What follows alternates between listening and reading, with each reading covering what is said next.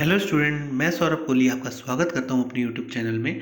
आज हम चर्चा करेंगे political science class 12 chapter 4 south Asia and the contemporary world उसके बारे में। उसमें विशेष रूप से हम चर्चा करेंगे श्रीलंका, नेपाल, भूटान, बांग्लादेश, मालदीव और अफगानिस्तान की।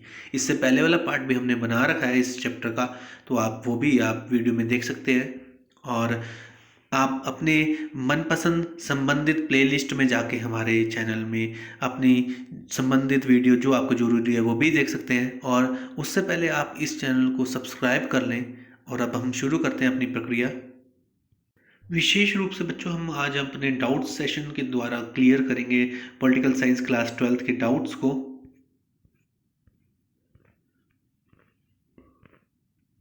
क्वेश्चन पहला है कि बच्चों 2007 में सार्क सदस्य बनने वाले राष्ट्र का नाम क्या था?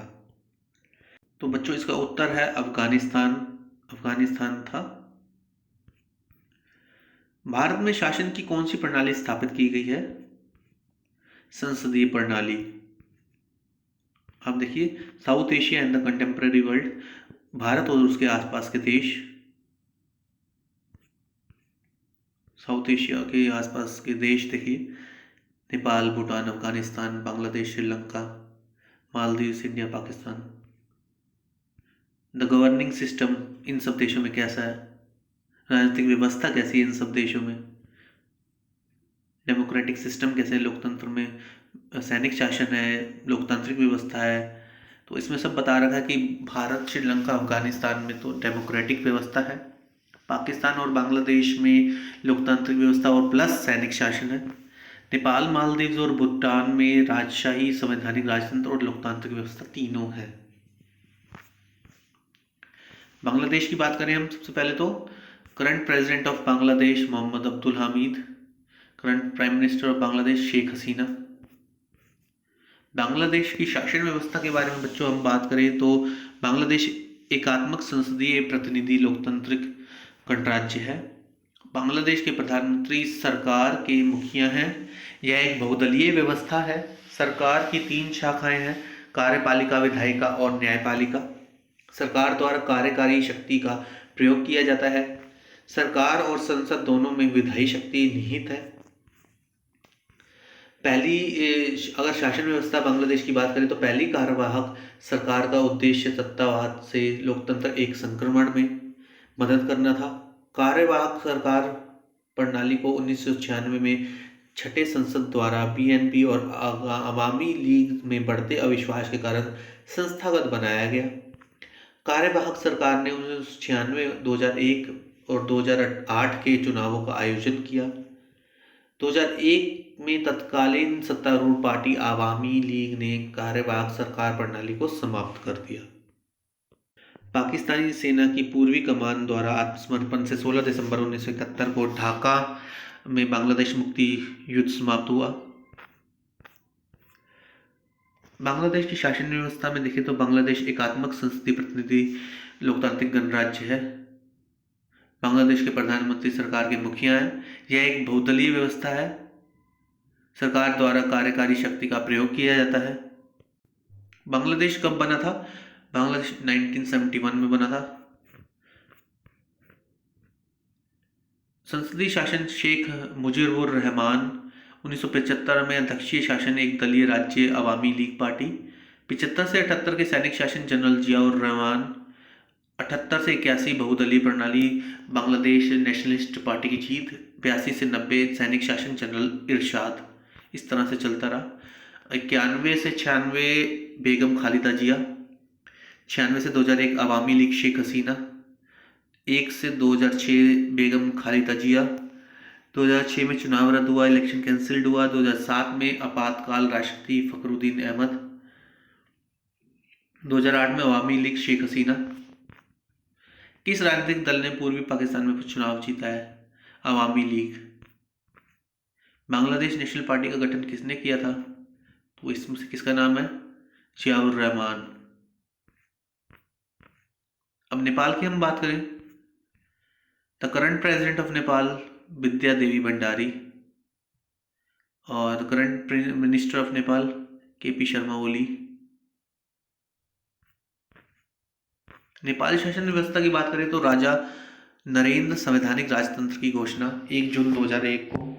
राज दरबार हत्याकांड हुआ। राजा नरेंद्र के भाई ज्ञानेंद्र ने गद्दी ग्रहण की। फरवरी 2005 में आपातकाल की घोषणा। 7 राजनीतिक दलों एवं माओवादियों के दबाव में लोकतंत्र स्थापित हुआ। नेपाली शासन व्यवस्था। 20 जून 2007 गिरिजा प्रसाद कोइराला द्वारा संविधान सभा के चुनाव की घोषणा की। अब नेपाल में सरकार का संघीय लोकतांत्रिक गणराज्य है। नेपाल में बहुदलीय व्यवस्था है।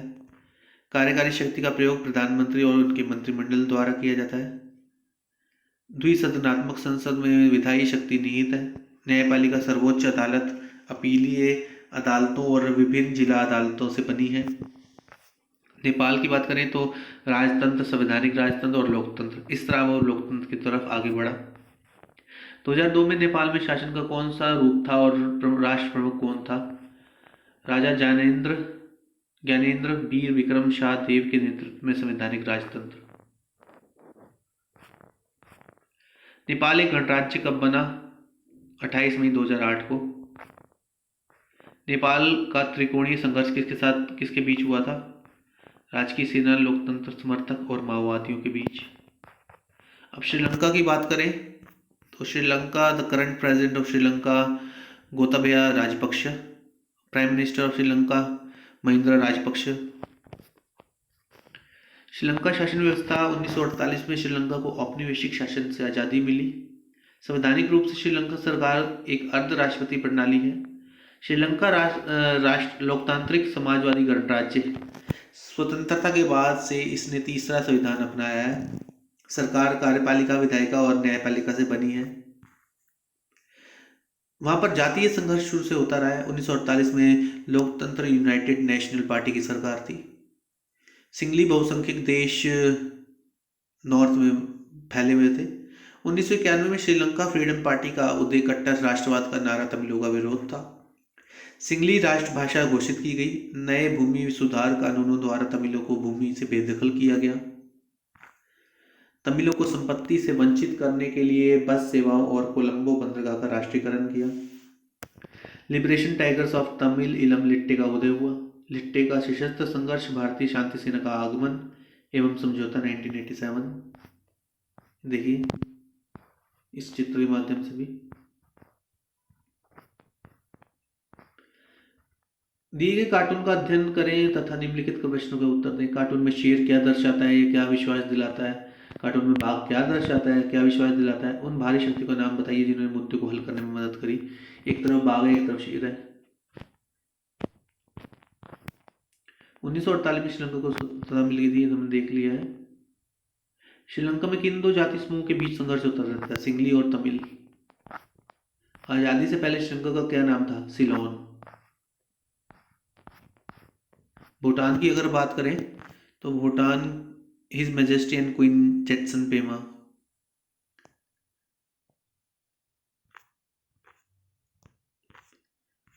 भूटान वास्तव में कभी भी उपनिवेश नहीं रहा है। भूटान पर ब्रिटिश राज का आधिपत्य माना गया और वर्तमान राजशाही की स्थापना की गई। 2007 में राष्ट्रीय विधानसभा चुनाव के लिए राजनीतिक दलों के गठन पर से प्रतिबंध हटा दिया गया। 2 राजनीतिक दल बने, पीपल्स डेमोक्रेटिक पार्टी। भूटान सरकार 18 जुलाई 2008 से एक संवैधानिक राजतंत्र बन गई। 2008 में भूटान ने अपना पहला आधुनिक संविधान और एक लोकतांत्रिक बहुदलीय प्रणाली अपनाई। भूटान के राजा राज्य के प्रमुख हैं। राजतंत्र लोकतंत्र के लिए प्रयत्नशील है। भूटान शासन व्यवस्था। कार्यकारी शक्ति का प्रयोग प्रधानमंत्री और मंत्रिपरिषद द्वारा किया जाता है। द्विसदनात्मक संसद में विधायी शक्ति निहित होती है। न्यायपालिका में सर्वोच्च न्यायालय, उच्च न्यायालय और 20 दोजोंग न्यायालय शामिल हैं। भारत किन क्षेत्रों में मुख्य रूप से भूटान की मदद करता है? व्यापार और विद्युत उत्पादन में। मालदीव्स की बात करें तो current president of Maldives Ibrahim Mohamed Solih और first prime minister of Maldives Ahmed Zaki. Maldives शासन व्यवस्था। मालदीव अरब सागर में 1192 प्रवाल द्वीप हैं जो 26 द्वीपों की दोहरी श्रृंखला में समूहीकृत है।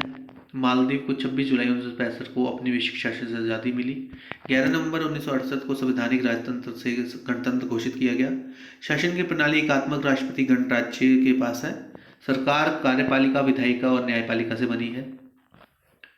1968 से पहले की सल्तनत के तहत प्रधानमंत्री इब्राहिम नासिर 1968 से 78 तक राष्ट्रपति रहे। राष्ट्रपति मोमिन अब्दुल गयूम जो 1978 से 2008 तक वह एशिया में सबसे लंबे समय तक नेतृत्व करने वाले नेता थे। 3 नवंबर 1988 को भारतीय सरकार के हस्तक्षेप से एक व्यापारी मोहम्मद इब्राहिम लुत्फी द्वारा किया गया तख्तापलट विफल हुआ। मालदीव में राष्ट्रपति और उपराष्ट्रपति पद अक्सर पुलिस और सेना का विद्रोह, हत्या के प्रयास, एक आतंकवाद और भ्रष्टाचार जैसे आरोपों से घिरा है। जून 2005 में राजनीतिक दलों के गठन की अनुमति दी गई। मालदीव में पंजीकृत 4 मुख्य पार्टियां हैं। अगस्त 2008 में एक नए संविधान के तहत बहुदलीय राष्ट्रपति चुनाव का प्रावधान रखा गया। मालदीव एक राष्ट्रपति प्रतिनिधि लोकतांत्रिक गणराज्य है। राष्ट्रपति कार्यपालिका का प्रमुख होता है। एक सर्वोच्च न्यायालय, उच्च न्यायालय और प्रत्येक द्वीप में कई निचली अदालतें। मालदीव सल्तनत टाइम संवैधानिक राजतंत्र गणराज्य बना। अब्दुल गयूम राष्ट्रपति बने, उनके विरुद्ध आंदोलन हुए। 2008 में बहुदलीय प्रणाली आई, राष्ट्रपति प्रतिनिधि लोकतांत्रिक गणराज्य बना। इस तरह प्रोसेस में आया। मालदीव में किस प्रकार का शासन है? तो वहां पर मालदीव में लोकतांत्रिक गणराज्य शासन प्रणाली है। अब अफगानिस्तान की बात करें तो अशरफ घनी और vice president marshal Abdul Rashid Dostum, Mohammad Sarwar Danish. तो अब तो आप जानते हैं कि अब ये भी नहीं रहे, अब तो तालिबानियों का शासन हो चुका है वहाँ पर। अफगानिस्तान सल्तनत ब्रिटिश राज के तहत संरक्षित राज्य। 1919 में तीसरे एंग्लो अफगान युद्ध के बाद स्वतंत्रता मिली। 1964 संवैधानिक राजतंत्र। अफगान राजा ने अपने राष्ट्र को आधुनिक बनाने के लिए कई सुधारों की शुरुआत की। अनिवार्य प्राथमिक शिक्षा। 1923 में गुलामी की संस्था को समाप्त कर दिया गया। महिलाओं के लिए पारंपरिक बुर्का का उन्मूलन और कई सहशिक्षा विद्यालय खोलने। देखिए इसमें किंग किस तरह दिखा रहे हैं। अप्रैल 27, 1978 में साउर क्रांति। अप्रैल क्रांति को साउर क्रांति कहा जाता है क्योंकि यह अफगान मास साउर में हुई थी। 1989 में सोवियत सेना ने देश से सभी सैनिकों को हटा लिया था। गुरिल्ला मुजाहिदीन द्वारा 89 से 96 में शासन के खिलाफ विद्रोह, प्रॉक्सी और गृह युद्ध, इस्लामी जिहाद छेड़ा गया। 2001 संयुक्त राज्य और गठबंधन सेना ने अफगानिस्तान पर आक्रमण किया और तालिबान सरकार को उखाड़ फेंका। 2004 में राष्ट्र के नए संविधान को अपनाया गया तथा हामिद करजई अफगानिस्तान के राष्ट्रपति चुने गए थे इस्लामी गणराज्य में। एक राष्ट्रपति प्रणाली एक लोकतांत्रिक और गणतंत्रात्मक सरकार है जिसमें राष्ट्रपति सरकार का केवल एक मुखिया है जो विधायिका से अलग होता है। विधायिका द्विसदनात्मक है। न्यायपालिका सर्वोच्च न्यायालय संतुलन और नियंत्रण होता है। अब दक्षिण एशियाई देशों के बीच शांति और सहयोग। संघर्ष के कुछ मुद्दे होते हुए भी सहयोग और मैत्रीपूर्ण संबंधों के महत्व देखते हैं हम। 1985 में सार्क की स्थापना हुई। 2004 में साफ्टा सीमाओं पर मुक्त व्यापार की अनुमति मिली। 2007 में व्यापार शुल्क 20% तक कम कर दिया गया। भारत पाक संबंधों में तनाव, सौहार्दपूर्ण बदलाव के लिए प्रयास किए गए। बाहरी शक्तियां चीन और अमेरिका। अब हम गृह कार्य करेंगे कि बच्चों बांग्लादेश में शासन व्यवस्था की प्रणाली कौन सी है। श्रीलंका में जातीय संघर्ष पर टिप्पणी। श्रीलंका में जातीय संघर्ष क्यों हुआ। मालदीव के पहले और आखिरी प्रधानमंत्री कौन थे। अफगानिस्तान में शासन प्रणाली। सार्क के बारे में, नेपाल के बारे में, नेपाल के साथ भारत के अच्छे संबंध क्यों हैं। तो इस तरह बच्चों हमारा पूरा ये सेशन कंप्लीट होता है। आप इस चैनल के साथ जुड़े रहें। इसे लाइक, शेयर एंड सब्सक्राइब करना बिल्कुल ना भूलें। धन्यवाद।